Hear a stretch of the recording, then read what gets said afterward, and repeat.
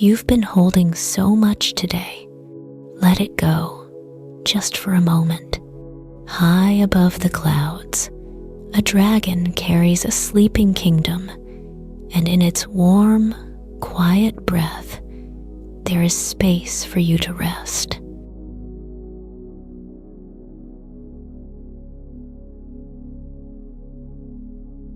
The night was deep and soft, like velvet spread across the world.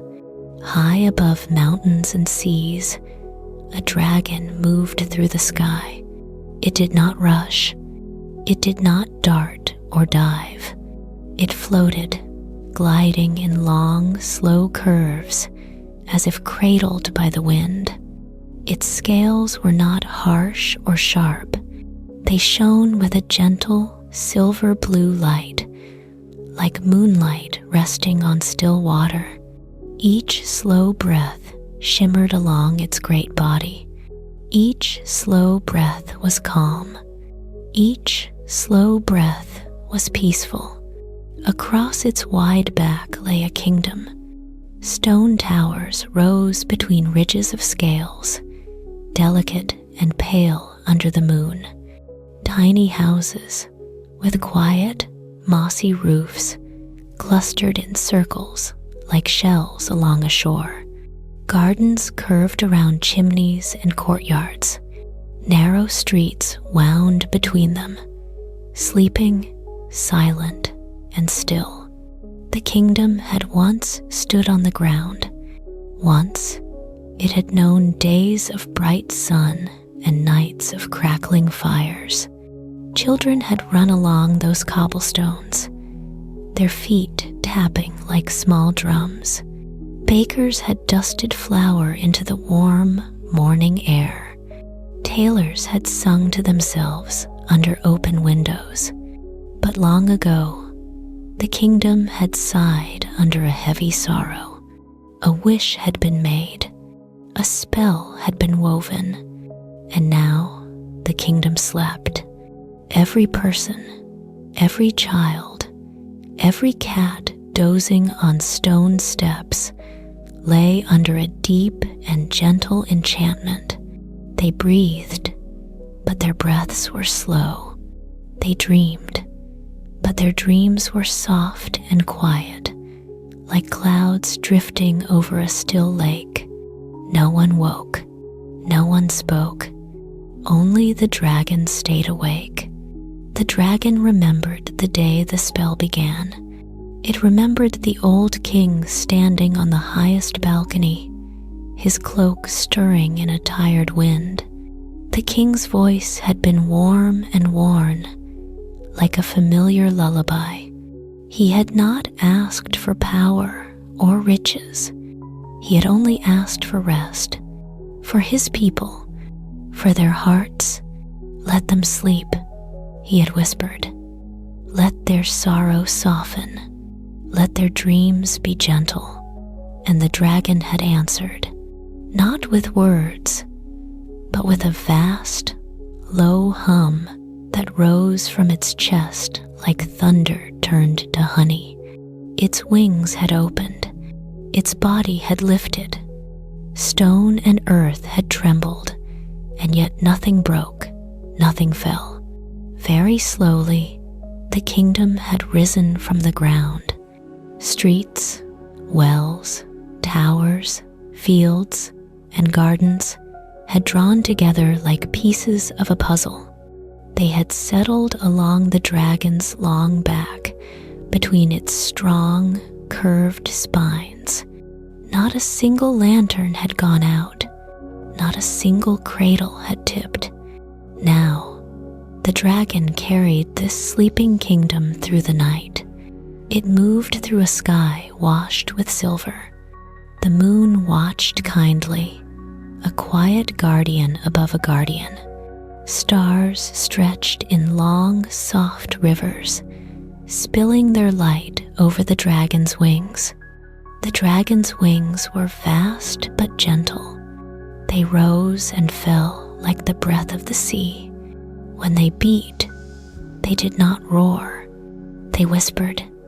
They They brushed the air in slow strokes, leaving trails of shimmering dust. Below, somewhere far away, oceans rolled and forests sighed. But up here, high in the cool, dark sky, everything was still. Everything was calm. The dragon hummed as it flew. The sound was deep and low, neither song nor speech. It was more like the murmur of a distant tide. It moved through stone and wood, through feather beds and thin blankets, through pillows and shutters and the soft curls of sleeping hair. In a small house near the dragon's left shoulder, a baker and his family slept. Flour still dusted the baker's hands where they lay on his chest. Dreams of rising dough and sweet bread drifted around him like warm clouds. His children dreamed of honey and laughter. In a cottage near the dragon's right side, an old woman slept in a chair by her window. Her knitting lay in her lap, a half-finished scarf of pale blue wool. She dreamed of winter mornings, of the gentle weight of a shawl on her shoulders, of a young grandchild's head resting against her arm. In a small room, just under a sloping roof, a child slept with a wooden toy in their hands. The toy was a tiny dragon with wings too short and a tail too long. Long ago, the child had watched the dragon in the sky and carved the toy in its shape. Now, under the spell, the child still clutched it, fingers curled around the little wooden body.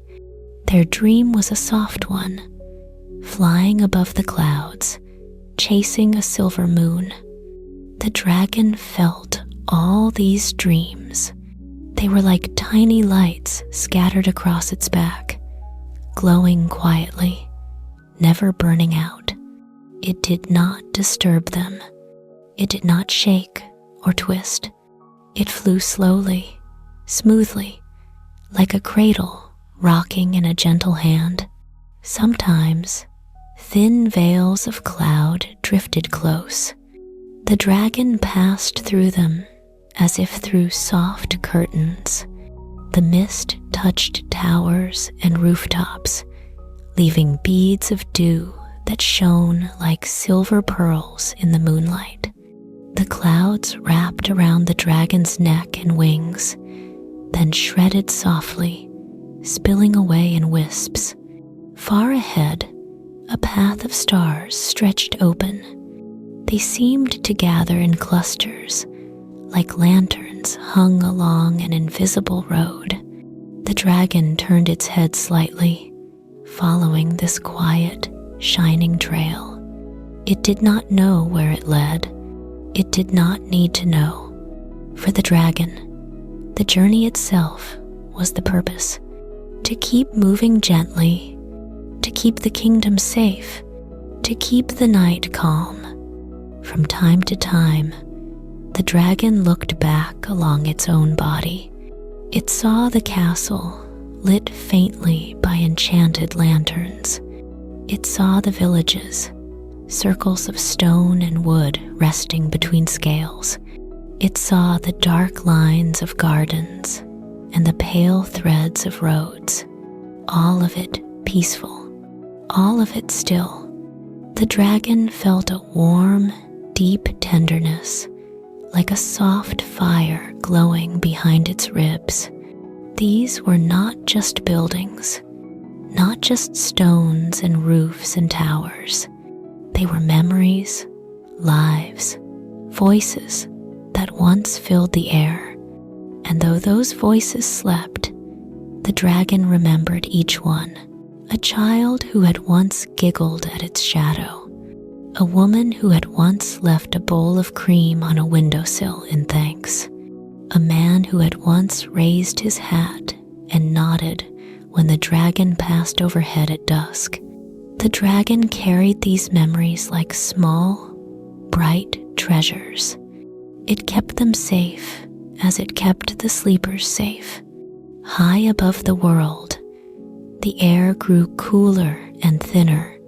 The stars seemed closer now, as if they leaned down to listen to the dragon's hum. One bright star trembled, shedding a faint silver shimmer that brushed the dragon's snout. The dragon closed its eyes for a moment.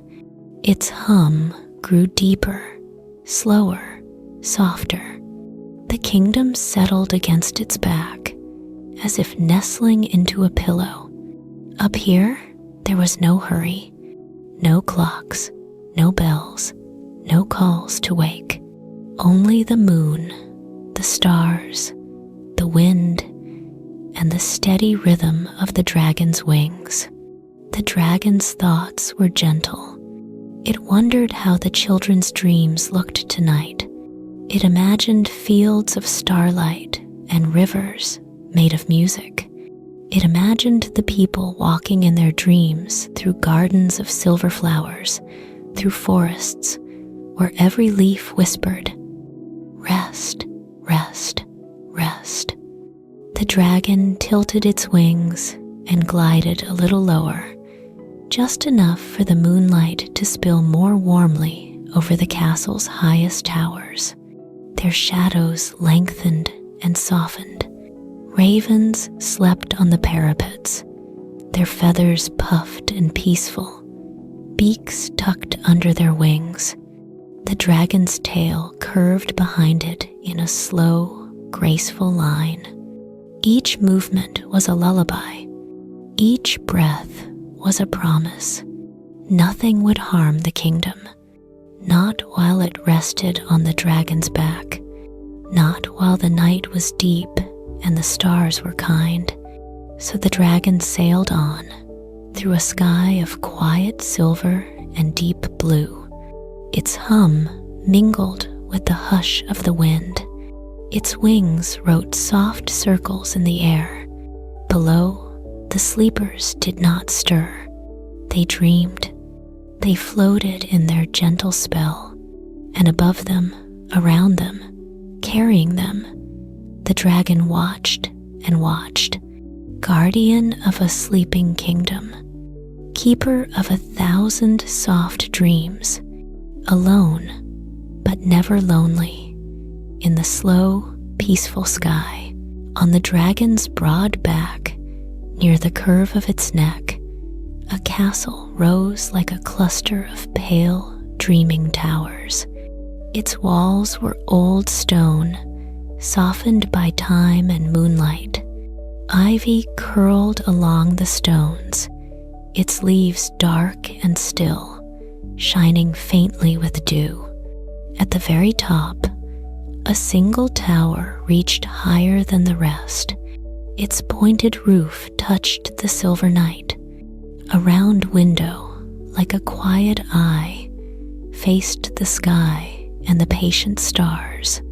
Inside that highest room, the king slept. The chamber was wide, but it did not feel cold. Heavy curtains hung from the ceiling, their deep fabric dropping in soft folds around the bed. They were woven with gentle scenes, rivers, trees, birds in slow flight. Their colors had faded with years, but their shapes were still kind. The bed was carved from dark wood. Its posts spiraled like growing vines. Thin threads of gold ran through the wood in smooth lines, catching the moonlight that slipped in. On that bed lay the king. He was old, but his face was peaceful. Lines marked his skin, not sharp with anger, but soft with a lifetime of worry and care. A white beard rested on his chest, spreading like a small cloud over his night robe. His hands, calloused from sword and scepter long ago, now lay gently folded over his heart. On those folded hands, a crown rested, It was not heavy with sharp jewels. It was simple, a circle of warm metal shaped like leaves and small waves. In each leaf, a stone slept pale blue, soft green, quiet gold. They did not flash. They glowed. The glow was delicate, like the light inside a seashell. It rose and fell with the king's slow breathing. Sometimes the crown pulsed a little brighter, then sank back to a soft, steady shimmer. Long ago, this crown had shone beneath bright sun and noisy banners. It had watched crowds cheer in the square. It had felt the weight of storms, of famine, of long, restless nights.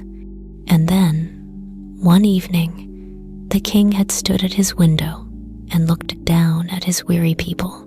The dragon remembered. Outside, beyond the castle walls, it had lain coiled like a silver river along the hills. It had watched the smoke from chimneys rise in thin, tired lines. It had heard the quiet in the streets where laughter used to live. The king had placed the crown upon his head and closed his eyes. His voice had drifted out of the window, soft as a prayer. "Let them rest," he had murmured into the wind. "Let their hearts dim and cool like embers, so they do not burn with sorrow. Let them sleep, just for a while, in dreams that are gentle and kind." The dragon had felt the wish, deep and true. It had felt the love inside it, not a love of power, but a love of people, of children and farmers, of tailors and bakers, of all who walked the cobblestones and watched the sky. The dragon had raised its head. It had answered without words, only with a long, low hum that shook the stars, but did not break a single pane of glass. Now, many nights later, the king lay under the soft weight of his own wish. His eyes were closed. His breath was slow and even, like the rise and fall of a calm tide. Sometimes his lips moved as if he whispered to someone in his dreams, but no sound came. Outside the tower, the dragon glided closer. It turned its head so that one great, gentle eye could gaze into the round window. Moonlight pooled in that eye, turning it into a lake of silver. The dragon blinked slowly, the way one does when saying a silent greeting. Its wings barely moved. It did not want to shake the stones or stir the tapestries. It only hovered there, a quiet guardian in the soft, deep dark. A breath of wind slipped between the curtains. The dragon scented, a small exhale, warm and kind. The air carried the faint scent of clouds and distant forests, of pine needles and cool streams. The wind moved around the room like a gentle hand. It lifted the edge of a curtain. It brushed the king's forehead. It touched the crown, which shone a little more brightly in reply. The dragon began to tell a story. It did not speak in human words. It spoke in flows of air, in quiet drafts that curled around the beams and tapestries. Its voice rode on the wind, soft and low. It told of the sea it had flown over, of waves that glowed in the night when tiny creatures lit the water with blue fire, of how the moon had laid a silver road upon the ocean's skin, and how whales had moved beneath it like slow, dark shadows, peaceful and grand. It told of a valley filled with white flowers that only opened at night, Each petal was thin as a sigh. When the wind passed through, the blossoms swayed together with a sound like the hush of distant rain. It told of a mountain whose peak rose so high that clouds wrapped around it like scarves. At its top, the snow never melted. The snow shone under the stars like sugar, like frost on glass, like a million tiny mirrors reflecting the gentle sky. The stories flowed around the sleeping king. They wrapped him in images of quiet waters and soft petals, of still forests and silver stars. The crown listened. It had been forged long ago by hands that understood both metal and magic. In its circle of leaves and waves, a spell slept. That spell was tied to the hearts of the people, to their dreams, to their rest. As the dragon's stories washed over the room, the stones in the crown glimmered.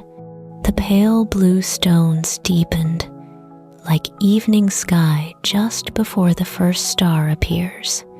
The soft green stones brightened, like moss after rain. The quiet gold stones warmed, like candlelight seen through half-closed eyes. The king's fingers twitched very gently against the metal. His breathing stayed calm and slow, but his dream shifted. He dreamt he was walking through his kingdom, not the weary kingdom he had last seen, but a softer one. Children laughed beneath lanterns that glowed like small stars. Women sat on doorsteps, weaving and murmuring, their voices low and musical. Men leaned on gateposts, talking about the weather and the harvest, their faces lined but not heavy. In his dream, no one was truly troubled. Their cares were light, like leaves in a mild breeze. The king smiled in his sleep. Outside, the dragon watched that tiny smile, felt that flicker of peace. Its own heart relaxed a little more. It hummed again, the sound running along its spine and through the stones of the castle. The hum drifted down staircases and along halls. It slid under doors and over floors, into rooms where knights slept in their armor, where maids dozed in narrow beds, where scribes dreamed with ink stains on their fingers. Everywhere it went, the hum added a touch of softness to the spell, not to wake them, not yet, only to make their dreams lighter, gentler, more filled with silver and quiet and soft, peaceful light. Back in the high chamber, the wind began to slow. The curtains stilled. The air settled again, like a blanket smoothed by careful hands. The crown's glow returned to its steady shimmer, not as dim as before, not bright, just calm, balanced. The dragon lingered by the window a little longer. It remembered the king as he had been awake, walking the walls at dawn, listening to the first birds, pausing in the market to taste a slice of fresh bread, bending to pat a child's head as he passed. These moments were small and ordinary, yet to the dragon they were treasures. They showed the kind of king he had been, a king who cared, a king who had wished for rest, not for himself alone, but for everyone. Gently, the dragon tilted its wings. The castle rose a little higher on its back as the dragon moved away from the tower window. It curved back into the slow path of stars, still close enough that the king's chamber lay under a pool of soft moonlight. Behind the curtains, the king slept on. His crown glowed. His dreams walked in fields of gentle light. Below, far down the slopes of the castle, the rest of the kingdom lay in its own deep stillness. Villages curled along the dragon's back like rings of quiet light. Lanterns burned in windows and along streets, waiting without knowing they were waiting. Soon, the dragon would tell stories to them as well, to the baker and his sleeping children, to the old woman with the blue scarf, to the child with the wooden toy. But for now, the sky was calm. The king was at peace. The crown was warm. And the dragon, guardian of all this quiet, drifted on through the silver night, carrying the sleeping kingdom toward another gentle chapter of dreams. Beneath the castle's dreaming towers, along the gentle slopes of the dragon's broad back, the villages rested like small circles of starlight. Stone cottages, narrow streets, and tiny squares were arranged in soft rings, as if someone had drawn them with a patient hand. In every village, lanterns glowed. They hung from doorways and low beams. They stood on windowsills and little wooden posts in the streets. They were tied to branches, to hooks, to rails. Their light was not harsh. It was warm. It was soft. It was the gentle gold of candle flame shining through thin glass. The lanterns never went out. Long before the spell, people had lit them at dusk, one by one, as the sky darkened and the first star appeared. They had used them to guide children home, to light the way to the well, to mark paths to the bakery, the inn, the little square where the old men liked to talk. When the sleeping enchantment fell, the flames inside the lanterns did not fade. They steadied. They understood.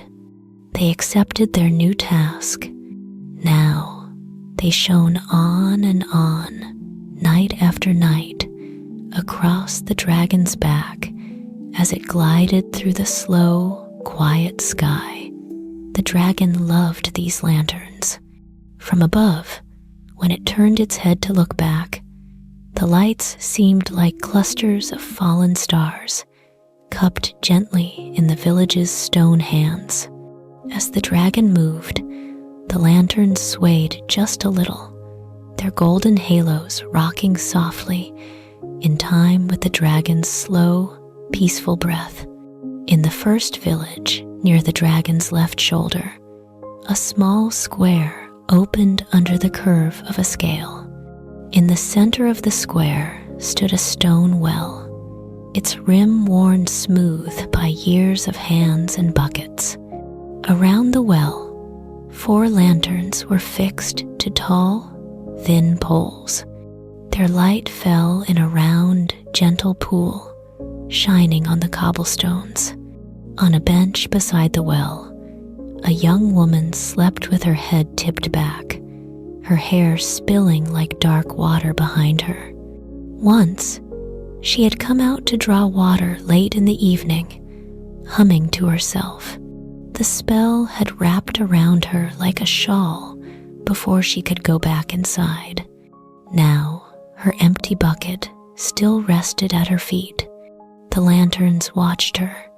Their flames flickered slowly, as if whispering, "You are safe. You are warm. Sleep, sleep." The dragon remembered her laugh. It had heard her on summer mornings, calling to friends, trading bread for herbs, for salt, for stories. Her voice had always been clear and bright, like a small bell. Now she made no sound, but in her dream, She stood by the same well in bright daylight, dipping cool water in a wooden cup, drinking deeply under a sky of soft, blue peace. In another village, farther along the dragon's spine, a narrow street curved between houses with red-tiled roofs. Here, lanterns hung low under the eaves, their glass panes etched with tiny flowers and leaves.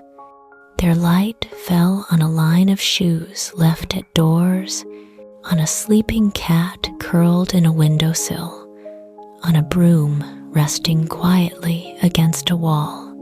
Behind one door, a family slept together in one room. The father lay closest to the door, one hand resting near the latch, as if still keeping watch.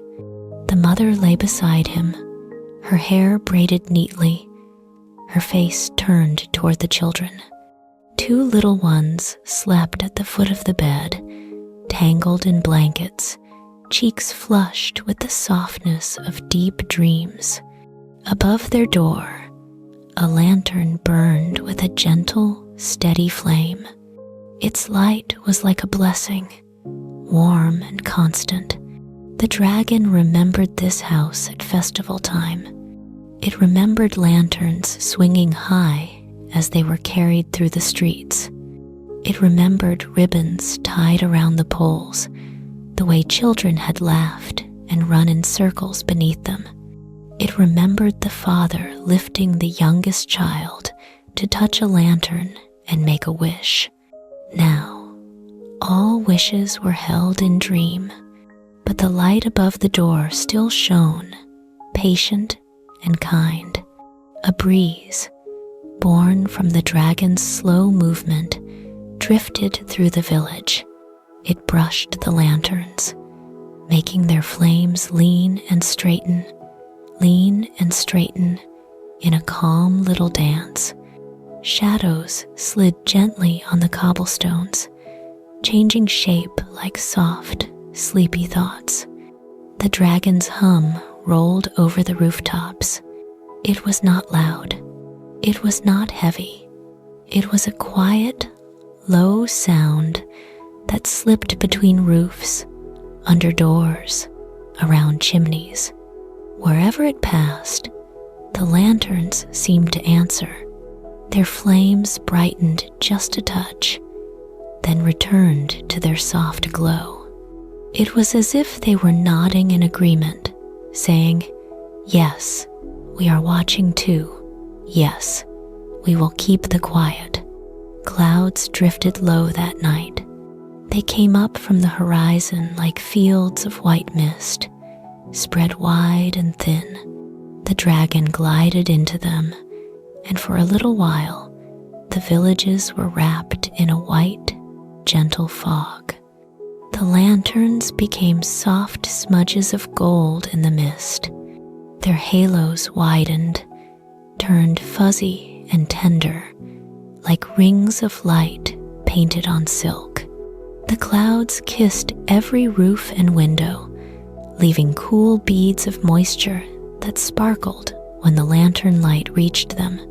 From above, the dragon saw its own back vanish into the cloud, its scales hidden. The villages turned into faint, glowing patches. It loved this sight. It made the kingdom look like a floating dream, half seen, half felt, entirely peaceful. The dragon breathed out through its nostrils, slow and warm. Its breath parted the cloud in front of it, opening a gentle path. Behind it, the mist closed again, but thinner now, softer, lighter. As the dragon moved, the lantern light and the cloud mist blended together, gold and white intertwined. From far away, it might have looked like the dragon was wrapped in a shawl of shimmering fog, stitched with tiny stars of fire. In a small house near the edge of one village, a lantern hung very low, just above a bench by the door. On that bench, an old man slept with a wool cloak over his knees. His hands were folded on a cane. This man had once lit the lanterns of his street every evening. He had walked from door to door with a long, thin pole, touching each wick with a small flame. He had known every family, every child, every dog that liked to follow him. Now, the lanterns burned without his help, yet they remembered him. The one above his bench shone kindly on his sleeping face, reflecting in his silver hair and the soft wrinkles at the corners of his eyes. In his dream, he walked again in twilight, lifting his pole, watching each lantern flare to life as night gently fell. One by one, they answered him, "Here, here, here we are." The dragon watched this dream and felt its heart grow even softer. "There you are," it thought, though it did not speak aloud. "There you all are, safe, quiet, at rest." Village after village rested on its back. In one, a blacksmith slept in a chair by the cold forge, lantern light turning the iron tools to lines of soft gold. In another, a teacher dozed at their desk, a book open under their cheek, while a lantern above the blackboard made chalk drawings glow in the dark. In yet another, a dog slept in the middle of the street, paws twitching as it dreamed of running through fields under a silver moon. Above them all, the dragon flew, slow and steady. It did not tire of this path. It did not tire of these silent lanterns and their gentle golden watch. The sky was wide and quiet. The stars were scattered like seeds of silver. The moon poured down its soft, pale bless, not ings on dragon, villages, lanterns, and dreams alike. The night deepened, but it did not grow heavy. It stayed light with whispers of candles, with the hush of clouds, with the calm breath of sleepers, and the slow, peaceful beat of the dragon's wings. And so the villages of silent lanterns floated on, high in the sky, on the back of their patient guardian, held in a cradle of soft light, quiet dreams, and gentle, endless night.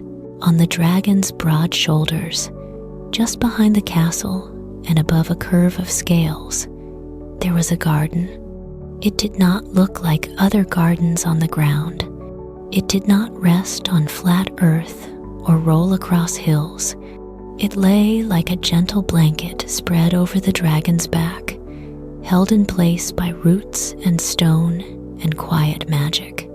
By day, long ago, it had been filled with color. Roses had climbed white trellises. Lavender had lined the paths with soft purple mist. Tall lilies had stood like pale bells, and tiny blue flowers had made little pools of sky among the grass. Now, under the sleeping spell, the garden rested in a different way. The flowers were caught halfway between bud and bloom. Their petals did not lie tight and closed, nor did they open wide to the night. They cupped themselves gently, as if whispering, "Soon, not yet, soon." Dew lay on them like silver pearls. Each drop clung to a curved petal, to the tip of a leaf, to the slender stems that swayed so lightly with the dragon's slow flight. The dew did not fall. It did not dry. It simply shone, holding the moonlight in tiny, peaceful circles. Stone paths wound through the garden in soft curves. They followed the lines of the dragon's scales, curving where the dragon's body curved, rising and dipping with its quiet breath. Along these paths, benches waited under arched branches, their wood smooth from the touch of long ago hands. No one walked here now. No one sat. No one reached out to touch a petal or breathe in the fragrance. But the garden was not lonely. The dragon loved this place too much for that. Whenever it felt the weight of the castle, the hush of the villages, the slow pull of the sleeping spell across its back, it thought of the garden. It thought of the soft leaves, the quiet petals, the gentle colors resting in the dark, and its heart relaxed. Tonight, the sky was clear. The stars looked down with a tender, steady light. The moon floated high and calm. The dragon tilted its wings just a little, so the garden on its shoulders would catch more of that soft silver glow. Moonlight spilled across the paths and flower beds, turning every dewdrop into a tiny, glowing globe. The garden shimmered. It looked like a floating island made of starlight and petals. The dragon drew in a slow breath. Cool air from the high sky filled its lungs, touching the spaces between its scales, brushing the soil, rustling the sleeping leaves. Then the dragon exhaled. Its breath washed over the garden in a warm, gentle wave. It smelled faintly of clouds, of distant rain, of forests far below. As the breath passed, the flowers trembled. A white rose, still mostly in bud, loosened one more petal. It did not open fully, that would come later in another kind of morning, but it relaxed. It let out the tiniest sigh of fragrance, soft and sweet, into the night. A cluster of bluebells, frozen mid-nod by the spell, swayed a little more. Their narrow bells chimed without sound, yet the dragon could almost hear them, a delicate, silent music.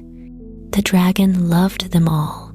It loved the roses, the lilies, the herbs in neat rows, the climbing vines, the hidden violets under broad leaves.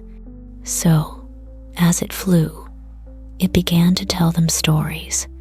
It told them of rain, not the heavy kind that lashes and beats. No, the dragon spoke of soft rain, the kind that falls in fine silver threads, the kind that patters gently on petals, that gathers in the cups of leaves, that slides in slow, shining lines down every stem. It told of early morning showers that leave the world smelling fresh and clean, with tiny rainbows hiding in every drop. It described how the soil drinks in the water, how the roots stir happily in the damp dark, how the flowers stretch just a little farther toward the light. The petals quivered as if they remembered. Dewdrops trembled, then held steady again, shining brighter for a moment. Then the dragon told them stories of bees moving slowly from blossom to blossom, their bodies soft and furry, their wings humming like a gentle song. It described the way they hover in front of a flower, as if bowing politely before entering, the way they tuck themselves inside, rolling in pollen like children in golden dust. The dragon's voice flowed over the garden like warm wind, and though no bees flew now, the flowers dreamed of them. They dreamed of visits and tiny feet and the brush of delicate wings. Next, the The dragon spoke of soft summer wind, not the strong wind high in the sky, but the mild wind that once moved through this very garden when it still rested on the ground, the kind of wind that made leaves whisper and grasses sigh, the kind that curled around ankles and lifted strands of hair and carried the gentle scent of flowers all the way into the village streets. It told how the wind would wander in and out of arches, would slip through trellises, would spin a single leaf in lazy circles across a path. As the dragon remembered, it let some of that feeling flow through its own breath again. A softer current of air swept the garden. Leaves rustled faintly, petals shifted. The whole island of blossoms seemed to inhale and exhale with the dragon. In the center of the garden stood a small, round fountain. It was carved from pale stone and shaped like a bowl held in the hands of 4 quiet angels. Before the spell, water had risen and fallen there all day, singing its bright, splashing song. Under the spell, the water did not fall. It formed a still dome in the center of the bowl, caught mid-splash, each droplet frozen in a tender, clear arc. Moonlight turned that frozen splash into a tiny crystal sculpture. The dragon's eye lingered on it fondly. It hummed low and deep, letting the sound travel through its bones into the soil beneath the fountain. The water did not move the spell held, but a faint shimmer ran through it, like a dream of motion. Stars reflected on the curved surface, making it look like a silver pearl cupped in stone hands. All around the fountain, unopened blossoms waited. There were pale peonies with petals like folded silk. There were tulips, painted with quiet stripes of cream and rose. There were little night-blooming flowers that, in other times, would have opened only after sunset to release their strongest perfume. Now they all lingered in this suspended moment, half bud, half bloom, dreaming of the opening they would one day complete. The dragon did not hurry them. It knew that waking, like blooming, must be gentle, must be patient, must be soft, so it only kept flying, carrying them carefully through the calm night. Now and then, a shooting star crossed the sky above. Its bright line brushed the darkness, then faded, leaving behind a memory of light. Those falling stars made no sound, but the dragon felt them. It offered each one a silent greeting, as if nodding to a fellow traveler. The garden bathed in their brief glows. Petals flashed silver white for a heartbeat. Dew glittered. Then the darkness softened again, warm with lantern light from the villages below and the steady sheen of moon and stars above. Deep within the castle, inside tower rooms and stone halls, people dreamed. Some dreamed of this very garden, of sitting on the benches and tying back their hair before cutting herbs, of gathering flowers into baskets, of brushing soil from their hands as the sun set and lanterns lit the paths. The dragon heard those dreams. It let them mingle with its own stories, sending them back over the garden in slow, soothing waves. Dream and memory and magic layered together like petals in a soft, fragrant blossom. The flowers, though frozen, seemed to lean toward those dreams, their half-open petals cupped the invisible tails of rains and bees and gentle winds. If one listened very closely, one might almost hear them sigh. The dragon took another deep, calm breath. Its wings rose and fell in a steady rhythm, keeping the garden floating, keeping the kingdom cradled, keeping the night whole and peaceful. Far below, the earth turned quietly. Seas brushed against shores in soft waves. Forests rustled with small, sleeping lives. Up here, on the dragon's shoulders, the garden of unopened blossoms drifted on, between stars and clouds, between dream and waking, between bud and bloom. Safe on the back of their gentle guardian, the flowers waited. They rested. They held their fragrance like a promise folded deep within, and the dragon, kind and patient, watched over them, telling them stories in every warm breath, until the night itself seemed woven from petals, dew, and soft, silver, peaceful light. Running along the dragon's long, curved back, from the base of its neck to the tip of its tail, there was a river. It was not wide. It was not wild. It was a narrow, shining ribbon of water, held in place by stone banks and mossy walls that curled with the dragon's spine. By daylight, long ago, children had called it the Sky River. Even before the kingdom floated in the sky, they would run along its edges, toss petals into the current, and watch small boats drift under tiny bridges. Soft voices had lived there, light footsteps, laughter.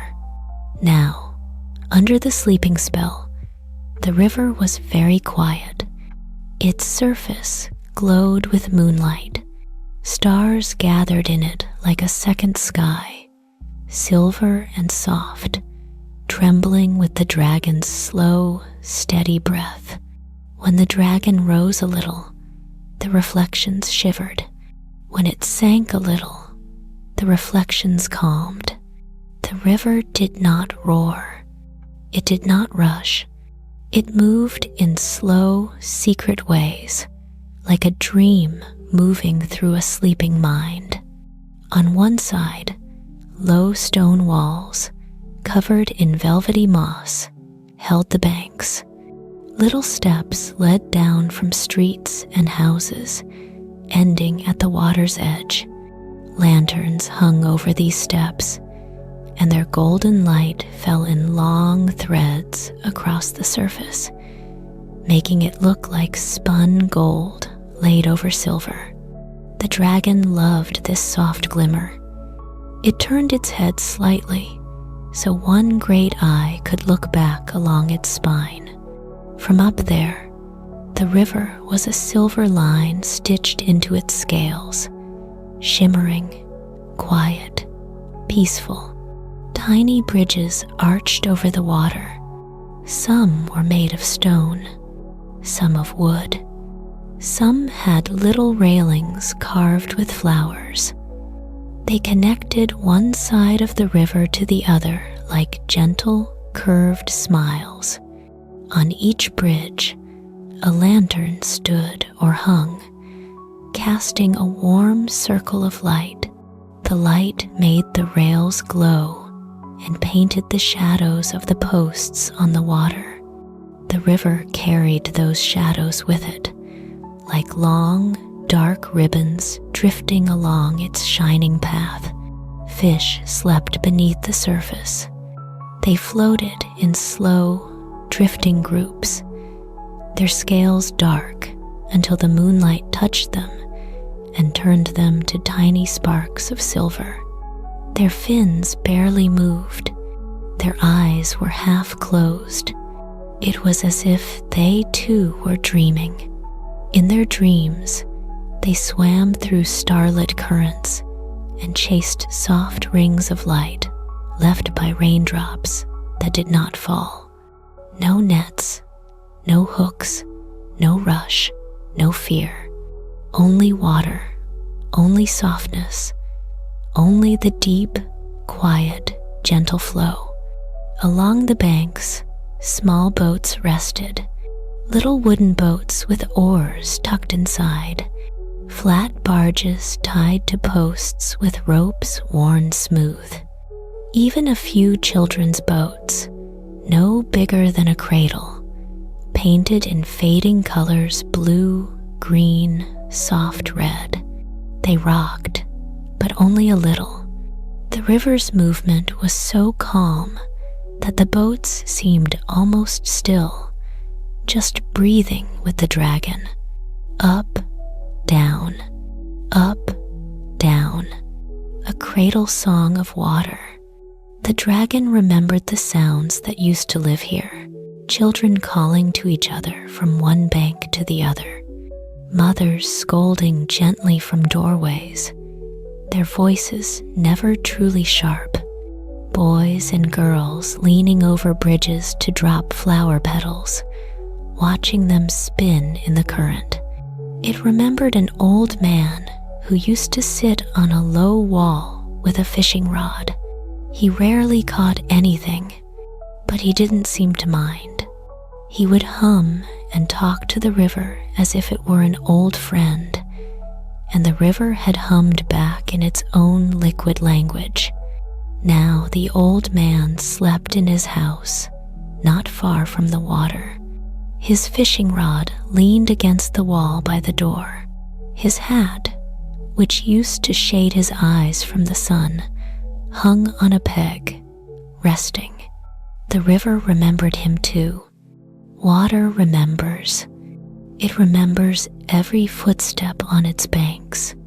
Every stone skipped along its surface. Every whispered wish dropped into its depth. As the dragon flew, the river sang to itself. Its song was not loud. It was a soft, silver murmur that curled beneath the bridges and along the walls, sliding over stones and under boats. A low, liquid whisper. Hush, hush, hush. The dragon listened. It always listened. The river told its stories. It told of rainy afternoons when droplets had dimpled its skin, making a pattern of tiny circles. It told of snowy mornings when ice had formed delicate lace along its edges. It told of summer evenings when fireflies had hovered above it like loose pieces of starlight, and children had chased their glow. As it listened, the dragon hummed in reply. The hum moved down its spine, through bone and scale and stone. It reached the banks and slid into the water, making the river's surface tremble gently with a deeper vibration. The river's song and the dragon's hum mixed together, water and breath, silver and sound, quiet and quieter. A small stone bridge sat near the dragon's middle, where its back was widest. On this bridge, once, a girl had stood every evening to watch the sunset. She had liked the way the light turned the river orange and pink, the way the reflections danced like painted dreams. Now she slept in a room nearby. Her window faced the river. In her dream, the sunset river still shone, still danced, still flowed. The dragon turned one eye to that window as it passed. Lantern light glowed behind the curtains. The dragon's gaze was soft, full of a quiet, protective love. Nothing would disturb that dream, not while it carried them, not while the night was gentle and the sky was a deep, peaceful blue. As the kingdom drifted, stars above and lanterns below made two skies for the river. One sky hung high, wide, scattered, silver. The other sky lay inside the water, rippled, doubled, shimmering. Sometimes a star above seemed to meet its twin below, touching across the thin skin of the river's surface. The dragon watched these meetings and felt a calm wonder. So many lights, so many quiet, silver, peaceful lights. A cooler wind slipped across its back, smoothing the water, flattening tiny ripples. The river became a long mirror. In it, the dragon saw its own outline, stretching from neck to tail. Its wings rose on either side like distant, pale mountains. For a moment, it was as if there were two dragons, one of flesh and scale and quiet breath, and one made only of silver reflection. Both carried the river. Both carried the sleeping kingdom. From the villages near the banks, dreams flowed down into the water. A baker dreamed of kneading dough, and the river turned that dream into circles that spun slowly on its surface. A child dreamed of paper boats, and the river held the echo of those little boats, their folded shapes floating in imagination. A musician dreamed of soft notes, and the river's murmur changed, for a while, into something like a gentle song. The dragon drifted on, letting these dreams rise and fall like tiny tides. It did not hurry. It did not pull away. It gave the river time to tell all its soft stories, to hold all its memories like smooth stones hidden under its shining skin. At the far end of the kingdom, near the place where the dragon's tail narrowed and curved, the river grew thinner. It slipped between two last stone walls, passed under one last bridge, and disappeared into a small, round pool. This pool lay in a hollow made by the meeting of tail and scale. Its water was very still. Lanterns circled it, and their light was especially gentle here, as if tired from traveling the whole length of the river. The dragon's tail wrapped around that pool in a protective curve. Here, the river rested. Here, the water collected its dreams, its memories, its silver glow, before beginning again at the other end, near the neck, in a quiet, eternal loop. Up in the sky, clouds drifted aside. The moon looked down and laid a wide, pale path across the dragon's back, across the villages, across the gardens, and along the river's spine. Everything shone. Everything was soft. Everything was peaceful. The dragon breathed in. The dragon breathed out. Above, the stars. Below, the river. Between them, the sleeping kingdom and its gentle guardian, gliding through a night made of water, wind, silver, and dreams. Near the dragon's left wing, where the curve of bone and scale rose like a calm hill, there stood a library. Its roofs were curved and layered, tiled with pale stone that shone softly under the moon. From far above, it looked like a cluster of quiet shells resting against the dragon's side. The library's main doors were made of dark wood, carved with leaves and flowing lines. They stood half open, as if someone had just stepped inside and forgotten to pull them closed. No lock held them. Only the night air moved in and out, slow and gentle, on the dragon's breath. The dragon loved this place. Whenever it passed through a band of thin clouds or slid under a hush of stars, it would tilt one wing downward, just a little. The movement was slight, but it changed the air. The wind softened, slowed, and slipped like a quiet river through the open doors. Inside, the library rested. Tall shelves lined the walls, reaching up toward shadowed beams. More shelves stood in rows down the center, making narrow paths of wood and paper and dust. Books filled every space, large, small, thick, thin. Some bound in leather, some in cloth, some with bright, faded covers that once shone with color. Under the spell, no hands reached for them, no feet tapped on the floorboards, no chairs scraped, no voices whispered. But the books were not alone. The dragon's presence curved around the building like a protective wing. Every beat of its heart, every slow breath, sent a soft tremor through stone and wood. The library felt that rhythm and rocked with it as gently as a cradle. Moonlight poured in through high windows, falling in long, silver rectangles on the floor.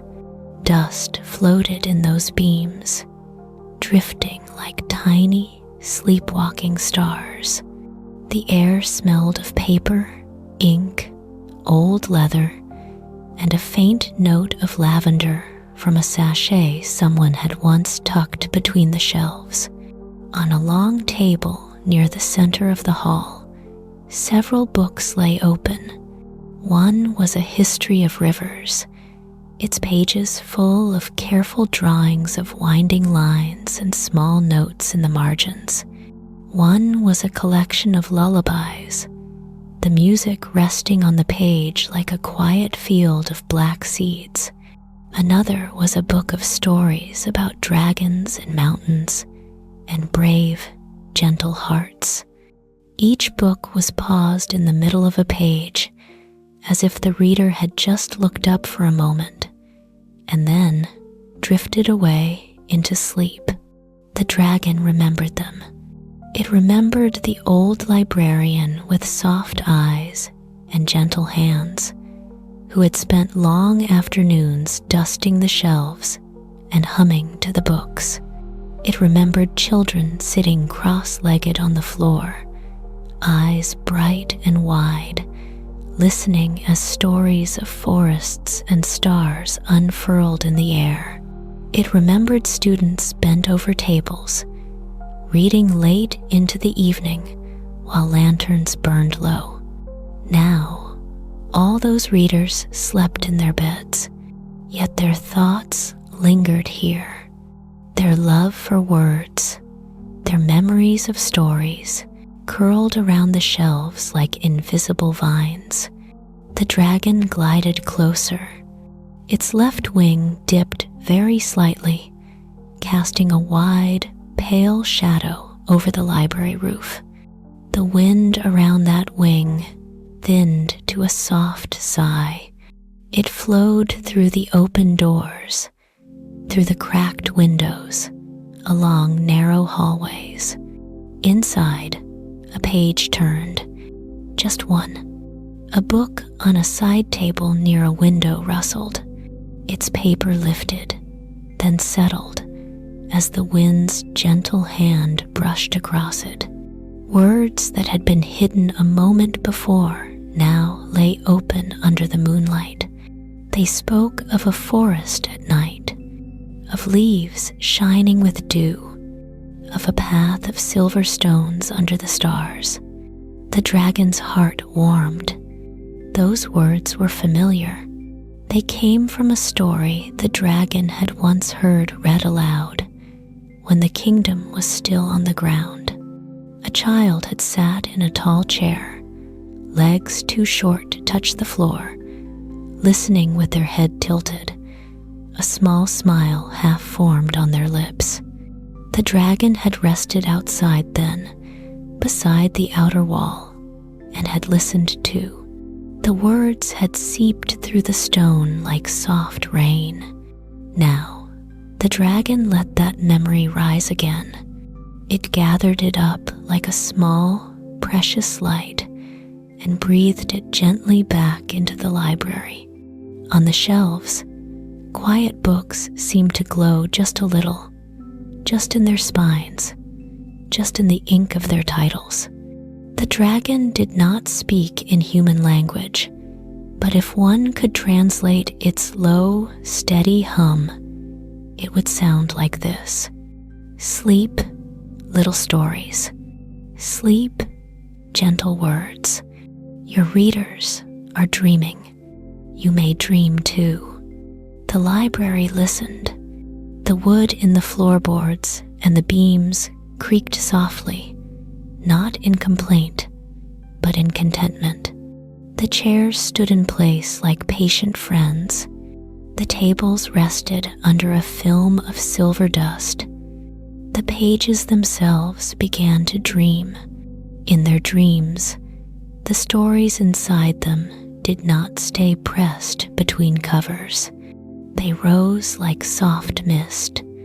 They flowed out into the room, filling it with shapes of mountains, rivers, forests, stars, and dragons with kind eyes. None of it disturbed the silence. The images were made of light and memory. They shimmered in the air, overlapping, blending, fading. On one shelf sat a row of thin books filled with poems about rain and wind. Their pages flickered in the breeze, remembering wet stone streets and leaves trembling under drops. Silver words like gentle and soft and quiet glowed faintly, repeated again and again, like a peaceful chant. Near them, in a high corner, was a heavy book bound in dark green leather. It contained drawings of plants and flowers, their names written in fine, careful script. Tonight, under the dragon's watch, the inked leaves seemed to ripple as if brushed by a breeze, and the painted petals shone as if touched by dew. On another shelf waited tales of the sea, ships on rolling waves, lanterns swinging on masts, moons reflected on wide, dark water. Those pages dreamed of gentle tides and silver horizons, of waves that rose and fell in calm rhythms, just like the dragon's slow, breathing flight. The dragon's hum deepened, wrapping around the library like a warm cloak. Outside, the sky stretched on, still and clear.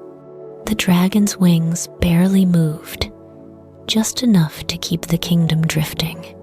Inside, the air in the library grew even softer. In an alcove near the back wall, a little reading nook sat beneath a round window. Cushions lay scattered on a built-in bench. A small, forgotten shawl rested in one corner, its threads catching the moonlight in faint silver lines. A book lay face down beside it, as if someone had been called away and meant to return. The dragon's gaze lingered on that spot. It remembered the girl who liked to sit there, wrapped in that shawl, reading tales of faraway lands. Her dreams were now floating somewhere in the quiet houses below, but her love of stories, her soft joy, stayed here, like a scent, like a light. The dragon bent its head slightly closer, as if to whisper a blessing over that little corner. "Sleep well," its hum seemed to say. "Sleep, reader. Sleep, words. Sleep, pages." Outside the window, the stars looked in. They sprinkled their silver across the ink, across the wood, across the dragon's patient eye. The library floated on with the kingdom, a ship of stories sailing through the dark. No storms shook it. No loud voices broke its stillness. Only the soft brush of the wind. Only the hush of the dragon's breath. In that gentle silence, every book, every page, every quiet line of ink found a kind of rest. Not forgotten, not abandoned, simply paused, like a breath held between one calm word and the next. The night was deep and peaceful. The kingdom slept, the library dreamed, and the dragon, gentle and watchful, carried them all through the silver sky toward the next soft chapter of their endless, quiet, drifting tale. High above the dragon, the night was deep and clear. The moon floated in a calm circle of light.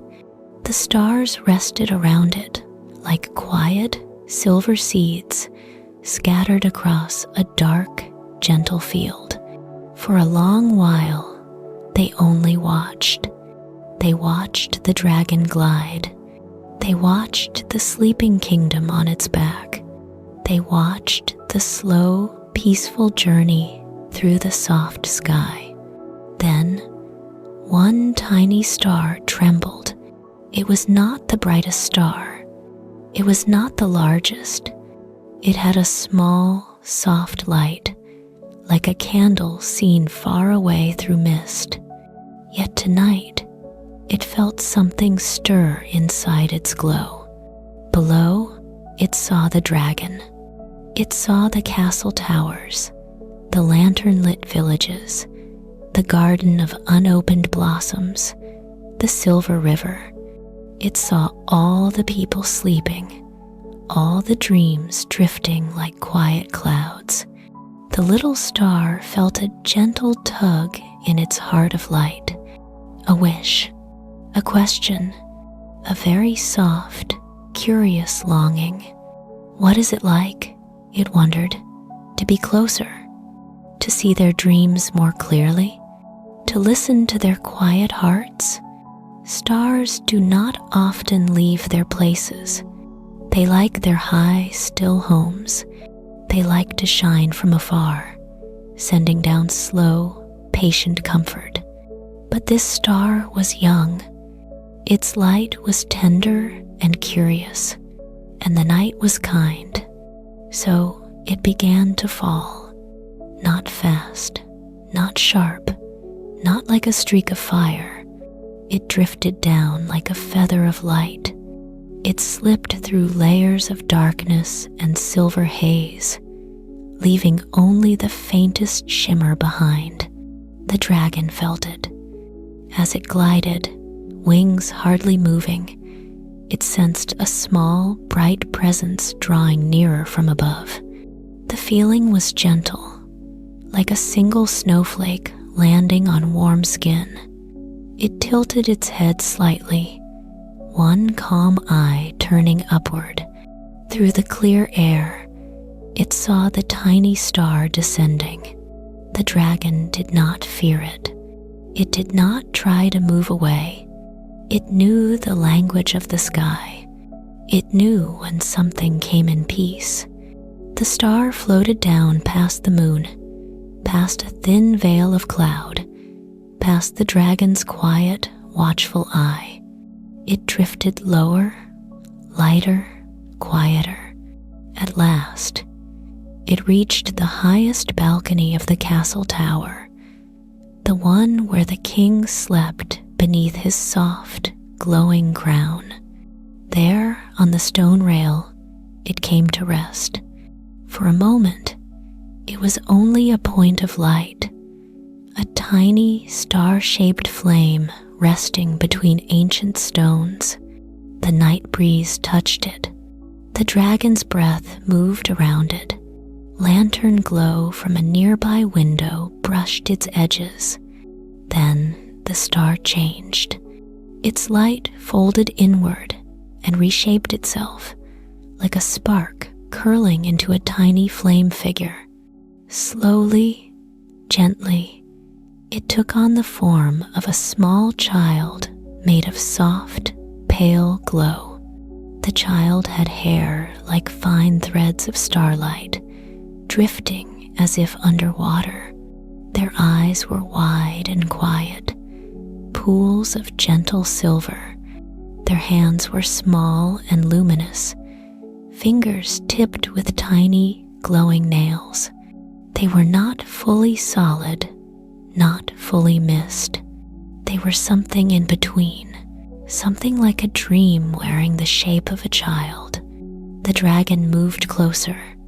Its great head rose beside the balcony, horned and crowned with soft, silver blue scales. One enormous eye, gentle and deep, hovered just beyond the railing. Moonlight lay upon that eye, turning it into a calm, shining lake. The star child looked up at the dragon. The dragon looked down at the star child.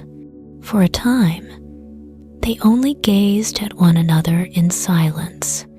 There was no fear in the child's face, only wonder, only quiet, peaceful curiosity. The wind sighed between them. The night held still, as if waiting to hear what they might say. The dragon spoke first, though not in words of tongue and teeth. It spoke in breath and hum, in a low, soothing sound that wrapped around the balcony like a soft blanket. The star child understood. They tilted their head, listening, as the dragon said, in its own sky language, "Welcome, little light. You've come far, gentle one. What brings you down to the edge of sleep?"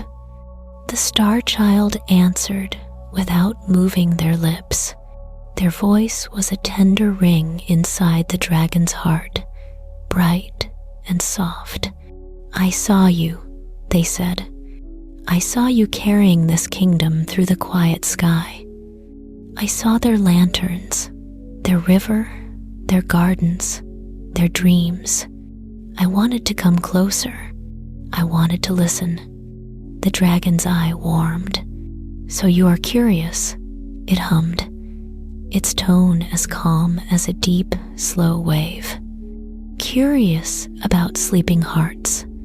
"Yes," said the star child, their glow pulsing very faintly. "Up there, from my place among the others, I could feel their dreams, but only like a distant song. I want to hear the verses. I want to see the small, gentle things that make them who they are." The dragon turned its gaze over its back. From the balcony, the star child could see what the dragon saw: the soft, dim lights of the villages, the garden lying like a silver cloth on the dragon's shoulder, the narrow river stitched along its spine, the library roofs near the left wing, glimmering under the stars. Everything was quiet. Everything was peaceful. "Listen," the dragon hummed. "Stay by me, little star. I will show you their dreams. I will tell you their small, gentle stories, one by one, like beads on a shining string." The star child stepped closer to the edge of the balcony. They placed their glowing hands on the stone. The stone did not feel cold to them. It felt like the surface of the night itself, still, ancient, calm. "What are they dreaming now?" they asked. Their voice was soft, like a bell heard through snow. The dragon closed its eye very slowly, then opened it again, as if dipping into a deep pool and rising. "The baker dreams," it murmured, "of warm bread and sweet air and children's laughter. The old woman dreams of a shawl on her shoulders and a small, sleeping head resting in her lap. The child with the wooden dragon dreams of flying beside me through a river of stars." The star child listened with their whole glowing face. They leaned their light forward, as if trying to see those dreams spread out over the dragon's back. "I can feel them," they whispered. "Soft, soft, soft, like clouds, like feathers, like petals." The dragon breathed out, sending a warm current of air over the balcony. That breath carried the sense of the sleeping kingdom.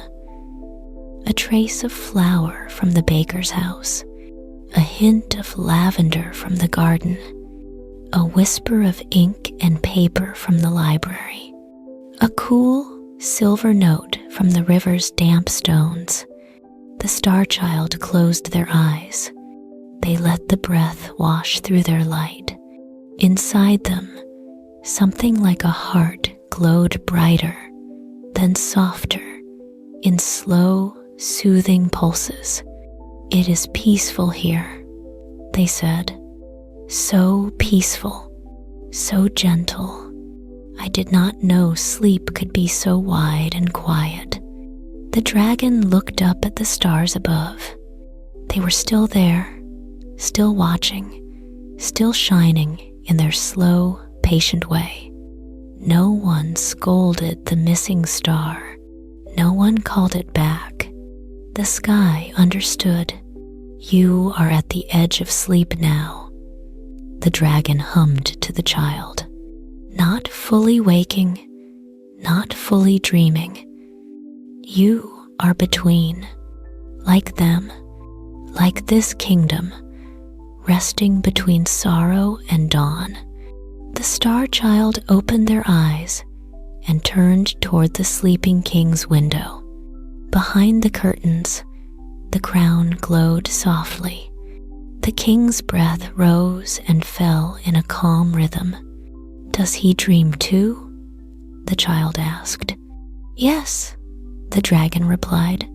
"He dreams of his people walking in light, with restful hearts and gentle days. He dreams of this kingdom not as it was, but as it wishes to be soft, quiet, peaceful inside." The star child nodded slowly. "I would like to help," they said. "I am small, but I have light. What can a little star do?" The dragon's hum grew warm and tender. "You can listen," it told the child. "You can remember. You can carry their quiet stories back to the sky, so that even when they wake, the stars will always know who they are." The star child smiled then, a small, luminous smile that brightened the stones around them. "I will listen," they promised. "I will watch with you. I will be a tiny lantern at the edge of sleep." The dragon accepted this promise with a slow blink. "Then stay," it hummed. "Stand on this high balcony and look with me over the villages, the gardens, the river, the library. Watch how dreams move. Watch how the spell begins, very gently, to loosen." Below, the sleeping kingdom floated on. Above, the patient stars shone. Between them, on the balcony at the top of the highest tower, a dragon's great gentle eye and a star's small luminous form watched together guardian and little witness side by side at the soft, silver edge of sleep. The night had grown very deep. The sky was dark and soft, like a great, quiet blanket spread over everything. The dragon still glided, slow and steady, wings barely moving. The star child still stood on the high balcony, small and glowing at the edge of sleep. Far above them, something in the sky began to change. At first, it was only a shimmer, a thin, pale band of light far ahead, stretched across the dark like a silver curtain. It did not flash. It did not blaze. It only shimmered, gentle and calm, as if the stars themselves were weaving a new, soft path. The dragon felt it, deep in its chest, in the place where its hum began. A quiet answer rose.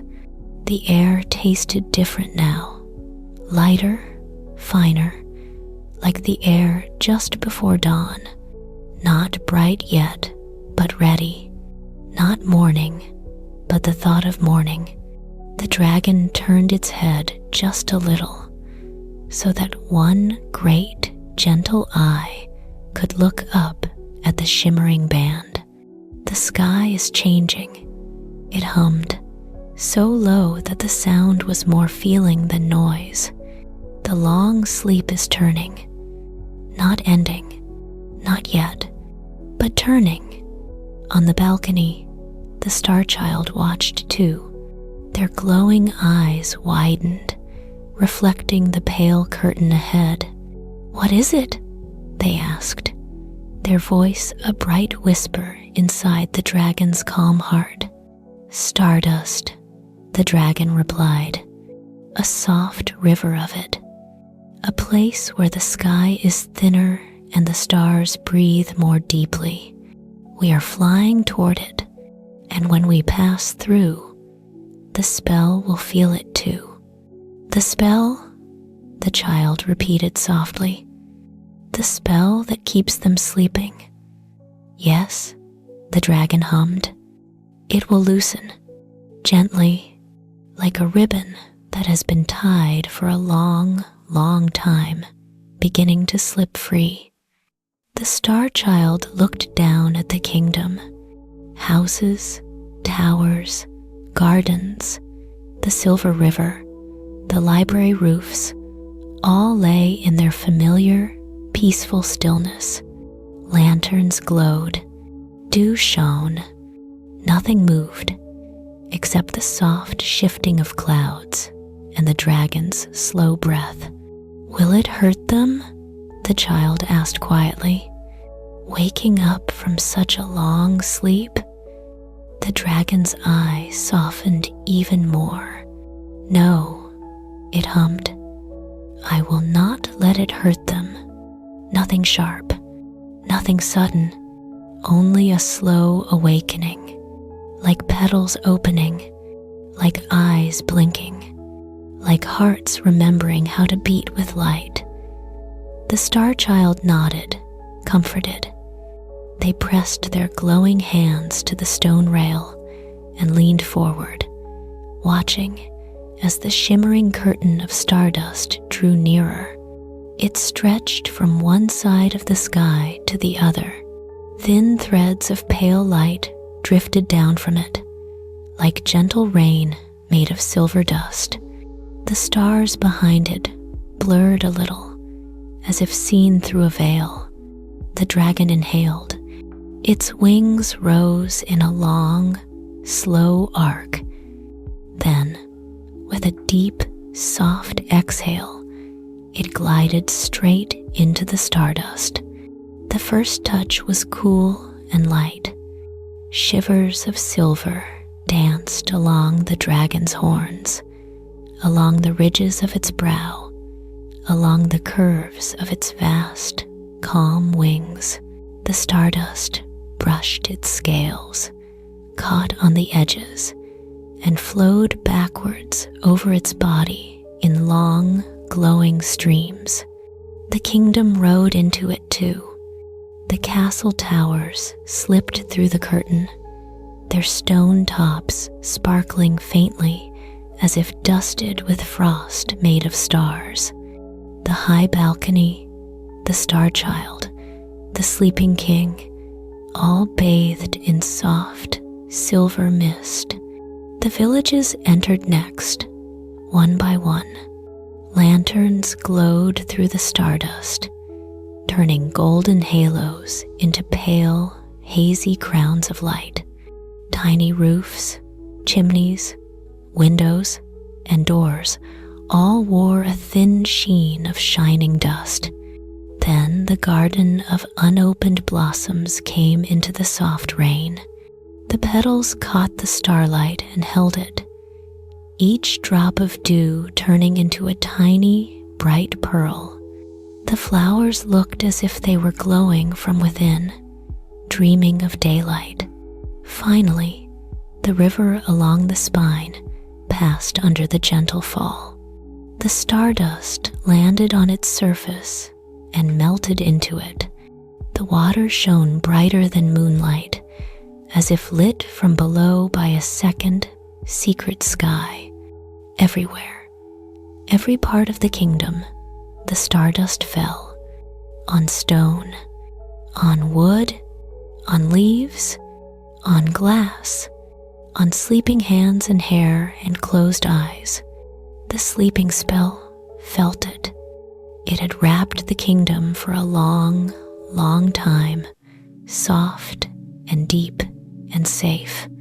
Now, touched by this new silver light, it began to loosen, not break, not fall away, only loosen. In the first village, a child's fingers twitched in their sleep. They still dreamed, still floated in quiet rest, but their hands remembered the feel of holding a toy, of reaching for warm bread, of waving at a friend. In another house, an old woman's eyelids fluttered once, then stilled again. Her dream shifted from gray to soft color. She saw in her sleep the garden path more clearly, the faces of those she loved more brightly. On a bench by the river, a dog's paws stirred. Its tail gave a tiny, slow wag.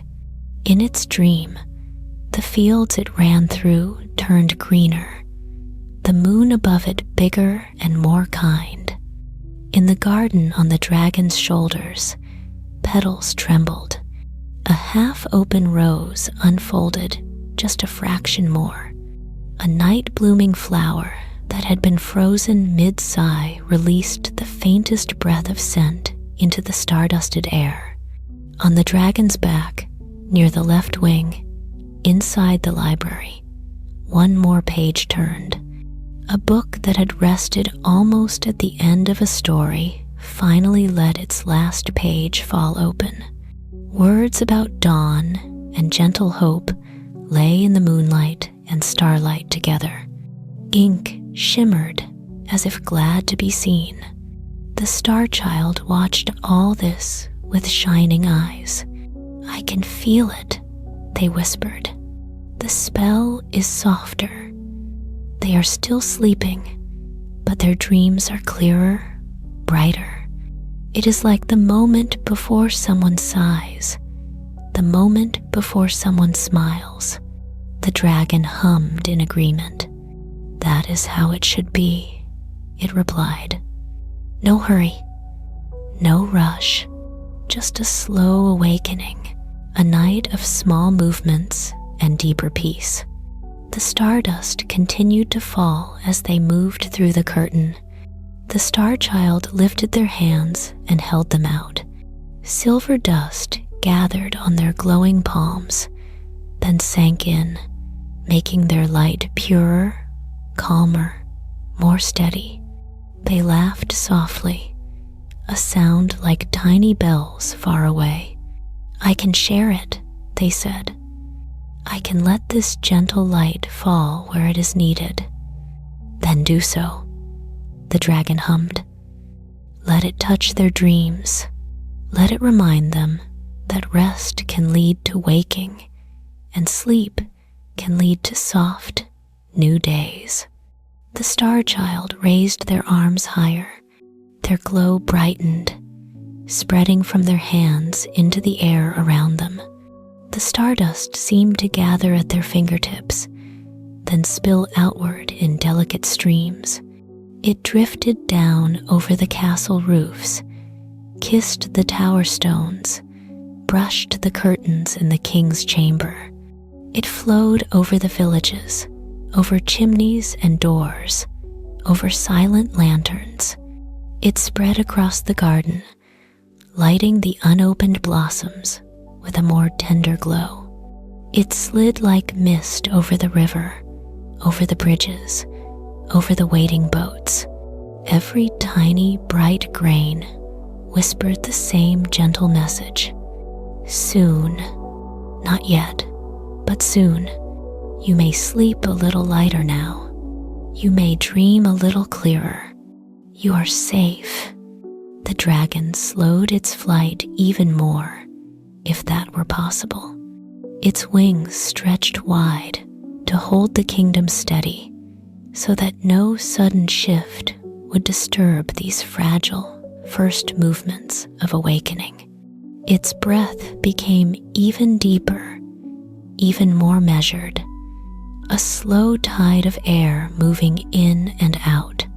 The sleeping king's crown, upon his folded hands, glowed brighter for a moment. The stones of blue, green, and gold drank in the starlight and answered it with a soft inner fire. The king's lips curved at the corners, almost a smile, as his dream filled with faces and fields and light. In the villages, lantern flames flickered as if nodding. In the garden, dew shone like tiny moons. In the library, words waited like steps on a path soon to be walked again. The spell still held. The kingdom did not wake, but it had shifted. It had changed. It was no longer a heavy sleep wrapped tight around every heart. It was becoming a gentler layer, thinner, softer, like morning mist that will lift when the sun grows warm. The stardust curtain thinned behind them. The dragon, the kingdom, the Star Child passed through to the clear, dark air beyond. Yet the silver glow remained, resting on roofs and leaves, on water and stone, on hair and hands, and quiet, dreaming eyes. The dragon looked back once, then forward again. The night of slow awakening has begun. It hummed to the Star Child. From here on, each breath, each moment, will carry them closer to a tender dawn. The Star Child stayed by the balcony rail, watching as tiny movements continued to ripple through the sleeping kingdom. A hand loosening on a blanket, a foot stretching under a sheet, a flower opening one more pale petal, a book's page settling into place. All small, all soft, all peaceful. The night remained calm. The sky remained dark and gentle, but something new had entered a quiet promise, a slow, silver stirring, a sweet, patient hint of light yet to come. And so the dragon flew on, carrying the spell, the kingdom, the stardust, and the tender beginning of waking through the deep, soft, silver blue sky. The night was still dark, but it was no longer deep in the same way. Something subtle had shifted, like a breath taken after a long, quiet pause. The dragon felt it in its bones, in its wings, in the slow rise and fall of the sleeping kingdom on its back. They were still asleep. Every house, every lane, every bed, but their sleep was changing. It was lighter now, softer at the edges, as if the dreams had gained a gentle glow from within. The stardust that had settled over roofs and leaves and water still shone faintly, like fine silver powder sprinkled over everything. The sky had not yet begun to pale. No hint of sunrise touched the horizon. This was the in-between hour, the hour when the night was full, but already thinking of dawn. The dragon glided on, wings spread wide, body steady as a floating island. Its great, gentle eye moved slowly over the kingdom, watching the small signs of change. On the high balcony, the Star Child lingered, hands resting on the stone rail. Their glow was calmer now, more settled. They looked like a tiny lantern left burning in a tower window. "They are still dreaming," the child whispered, their voice ringing softly inside the dragon's heart. "But the dreams are different, clearer, closer to waking." "Yes," the dragon hummed. "This is the place between dream and dawn, between sleep and soft morning." Below them, the castle lay quiet. In his high chamber, the king still slept, his crown warm against his folded hands. But his dream had grown brighter. Where before he had walked alone through a softened, distant kingdom, now he saw his people more clearly. Faces turned toward him with relaxed smiles. Children ran past, their laughter like little bells. Women and men moved through markets and fields, not hurried, not heavy, but calm, peaceful, gentle. In his dream, he walked among them, not as a distant figure on a balcony, but as a man among neighbors. He saw lanterns lit at doorways, bread shared on benches, flowers offered just because they were beautiful. His heart in the dream felt light. His steps were slow and easy. On his chest, the crown glowed softly, in steady rhythm with his slow, sleeping breath.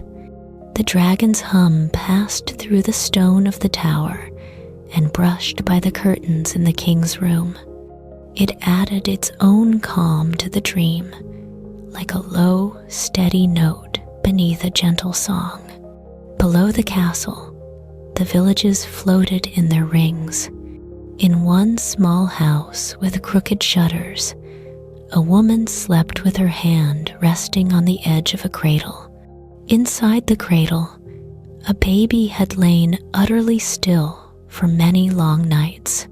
Now, its tiny fingers opened and closed. The baby did not wake, but in its dream, something shifted from darkness to soft color. The warmth of arms, the sound of a lullaby, the faint outline of a smiling face above it. The woman's hand twitched once on the cradle's rim, as if her sleeping body remembered the motion of rocking. Her dream filled with the rhythm, back and forth, gentle, soft, peaceful. In another house, the old lantern lighter, who once walked the streets with his long pole, began to dream more vividly. He saw himself again on cobblestones washed with dusk, but this time, the lights he touched were not just lanterns on posts. They were tiny stars, just like the child on the balcony. With every soft touch of his pole, a little star bloomed into being, hanging over a doorway, over a window, over a sleeping face. His heart in the dream felt light, full of a quiet kind of joy. His steps were slow. His breath was easy. The dragon watched these small changes with patient tenderness. Its wings did not beat hard. They only adjusted now and then, like sighs. It wanted the kingdom to feel no jolt, no shake, only this slow and peaceful lifting toward a lighter kind of sleep. Along the dragon's back, in the garden of unopened blossoms, the flowers also drifted in the between time. They were still held by the spell, their petals only partway open, but the stardust and moonlight had deepened their colors from within. Roses that had been faint shadows were now soft shapes of cream, blush, and dusk pink. Lavender spikes, frozen in their mid-lean, carried a clearer scent into the air.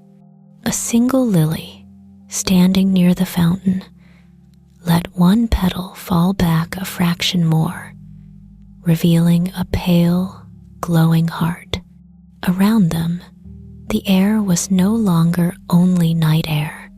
It held a hint of something fresh, like the first breath taken when a window is opened in the early morning. The dragon exhaled over the garden, a warm, slow breath that carried that hint further. It flowed along the paths, stirred the dew, moved gently through the half-open petals. Somewhere, a bee still slept in its hidden comb, but its dream became one of bright flowers, open skies, and soft air. The river along the spine glowed with a softer light now. The stardust had melted fully into its water, turning the surface into a long ribbon of shimmering silver blue. Lantern reflections danced more clearly, as if the flames were a little more awake in their glass houses. The fish still drifted beneath, peaceful and slow, but now they dreamed of swimming upward, nearer to the surface, where the light was brighter and the water cool and fresh. On one small bridge, a pair of shoes lay where someone had slipped them off long ago. In the dream of their sleeping owner, bare feet now touched cool stone, feeling again the smoothness of the bridge under dawn's first light. The dragon's hum rolled along the water and under the arches of the bridges. It made the gentle, slow waves seem almost like breathing water, inhaling light, exhaling calm. Near the left wing, the library of dreaming pages rested in the in-between.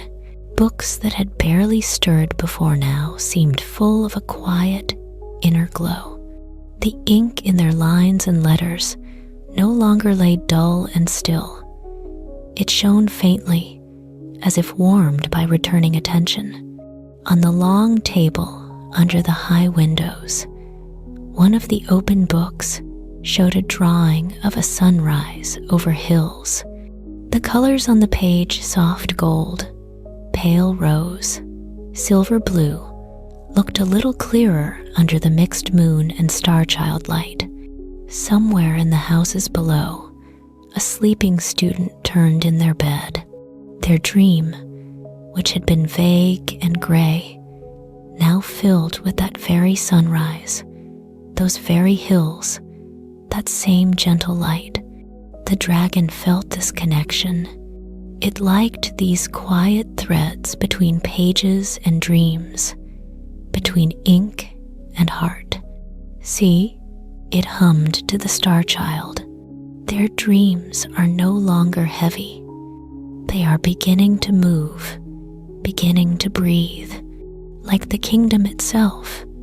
The star child gazed down, their luminous hair drifting around their face like a tiny, glowing cloud. "I see them," they answered softly. "I see their dreams touching you too. They are starting to dream of you." It was true. In a house near the garden gate, a child dreamed of the dragon, not as a distant shadow in the sky, but close and clear its scales, shining with silver light, its eyes soft and kind. In the dream, the child reached out a hand and touched the dragon's nose. The dragon lowered its head, as gentle as a falling feather. In another house, a scholar dreamed of an enormous shape carrying the kingdom high above the clouds. They saw wings like pale sails, eyes like deep lakes, breath like a quiet wind. Instead of fear, the dream filled them with comfort, with a sense of safety as wide as the sky itself. In yet another house, a mother dreamed that when she looked up at the night from her doorstep, she saw not emptiness, but a great dragon moving slowly past, guarding her children's sleep with every calm beat of its wings. The dragon felt these dreams and held them close, to be dreamed of not as danger, not as storm, but as a soft guardian that was a gentle, tender gift. It let those dreams settle in its heart like small, warm stones beside an inner fire. The star child smiled, their small light brightening a little. They are learning, even while they sleep, they murmured. They are learning that the one who carries them is kind.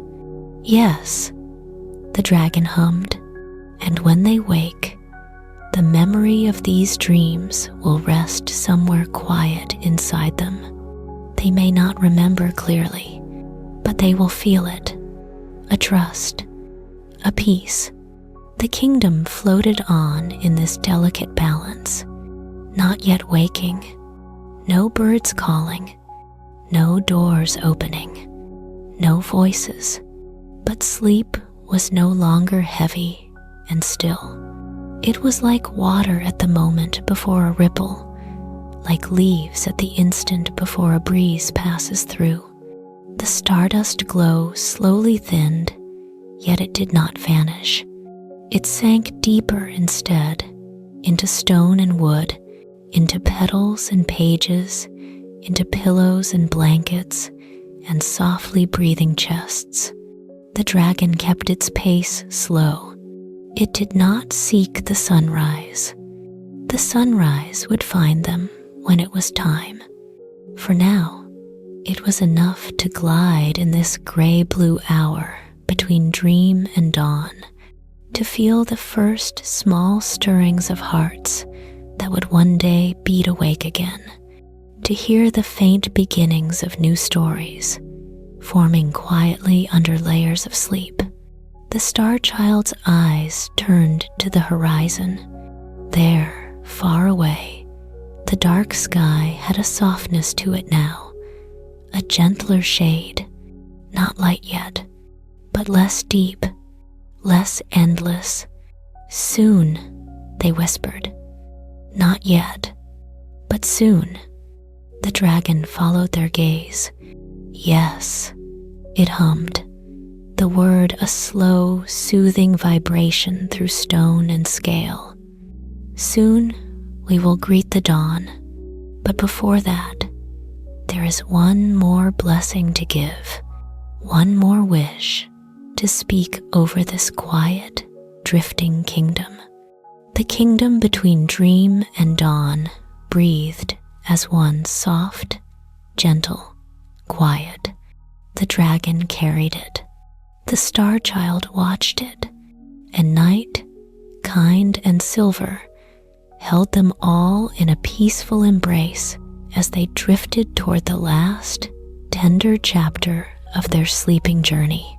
The night was almost full, not as dark as before, not as soft as dawn. It rested in a tender middle place, calm and silver blue.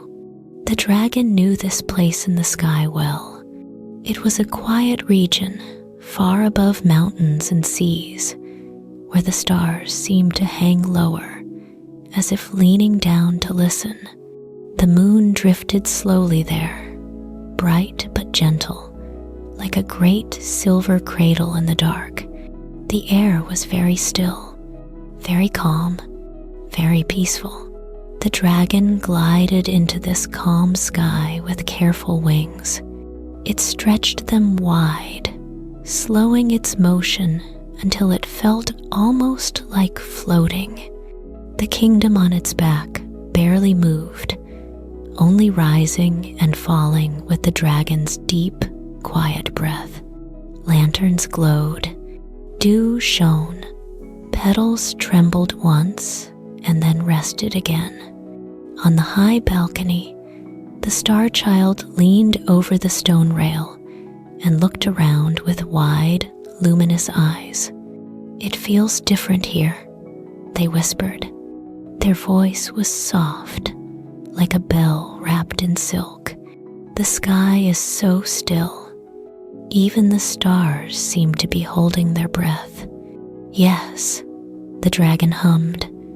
"This is a gentle place, a listening place, a place for last words and soft wishes." The Star Child's glow flickered faintly, not with fear, but with understanding. "Is this where the spell ends?" they asked. The dragon's great, quiet eye turned toward the sleeping kingdom. "The spell will not end in a hard way," it replied. "It will not crack or shatter. It will soften. It will change. It will become a blessing instead of a bind." Down below, the castle lay still, stones bathed in tender moonlight. In his high chamber, the king slept on his carved bed, crown resting on his folded hands. His dream had reached a calm, beautiful place. He stood in a field just outside his kingdom's walls. The sky in the dream was pale with morning. His people walked past him, one by one, faces peaceful, steps slow and easy. Children waved. Women and men bowed their heads with quiet smiles. No one hurried. No one cried. No one seemed heavy or afraid. The king looked at them and felt his heart fill with a soft, warm light. He did not cling to them. He did not reach. He simply watched them walk toward a gentle sunrise. The crown on his chest glowed a little brighter. The stones of blue, green, and gold pulsed with a steady, tender rhythm. It was as if the crown itself were breathing. In, out, peace in, peace out. The dragon sent a low, soothing hum through the tower stones. "Rest, kind king," it sang in its sky language. "Your wish has become a path. Your sleep has become a shelter. Now let it become a blessing." In the villages below, the people's dreams floated in the same soft, in-between light. Some dreamed of walking in fields washed with silver dawn. Some dreamed of sitting at their doors while a gentle breeze moved through their hair. Some dreamed of the dragon itself, circling above like a quiet, protective moon. Their dreams were no longer dark and deep. They were light and spacious, soft, peaceful, full of quiet silver and warm gold. The dragon drew in a long, slow breath. The air tasted of night and starlight and the first thought of morning. It filled the dragon's lungs and moved through its great body, waking every old memory, every quiet love, every soft wish it had carried for so long. Then the dragon breathed out. This breath was different. It was not only air, it was story. It was blessing. It was a gentle, drifting tide of words and wishes, woven together in a calm, deep song that only hearts could hear. The breath poured over the castle, over the villages, over the garden, over the river, over the library. It moved through every street, every room, every tiny, dreaming space. It touched blankets and pillows, hair and hands, toy and cradle, window and door. Inside that breath, the dragon spoke its last story to the sleeping kingdom. It did not tell a tale of battle or fear. It told a story of safety, of nights like this one, soft and silver, where no sharp sound entered, where no hard shadow fell, of a sky that would always hold them gently, whether they walked on the ground or slept in the clouds. It did not tell a tale of loss. It told a story of keeping, of lanterns that would be lit again by familiar hands, of gardens that would bloom with remembered colors, of the river that would once more carry petals and small boats under little arched bridges. It did not tell a tale of loneliness. It told a story of togetherness, of families waking slowly, smiling at each other in the soft light, of neighbors greeting one another at doors and wells, of laughter returning, not loud and wild, but gentle and kind, like bells heard over fields. The dragon's breath carried these stories like feathers. They settled over the kingdom, over every sleeping heart. In the castle, the king's dream shifted one last time. He saw his people standing not only in front of him, but around him, circling him in a wide, quiet ring. He felt no burden now, no weight, only love, only peace. In the dream, he lifted his crown from his head and placed it into the hands of the morning light itself. The light took it, warm and tender, and turned it into a soft halo that stretched over everyone, the old, the young, the strong, the tired. Not a chain, not a command, just a quiet, shared blessing. The spell felt this change. It unwrapped itself a little more, unwinding from around hearts and limbs. It did not depart. It transformed. No longer a thick blanket that kept everyone in deep, unchosen sleep. Now it became like a light shawl, something that could be drawn around shoulders when rest was needed, then set aside when it was time to rise. The people would not wake all at once in a startled rush. They would drift up gently from their dreams.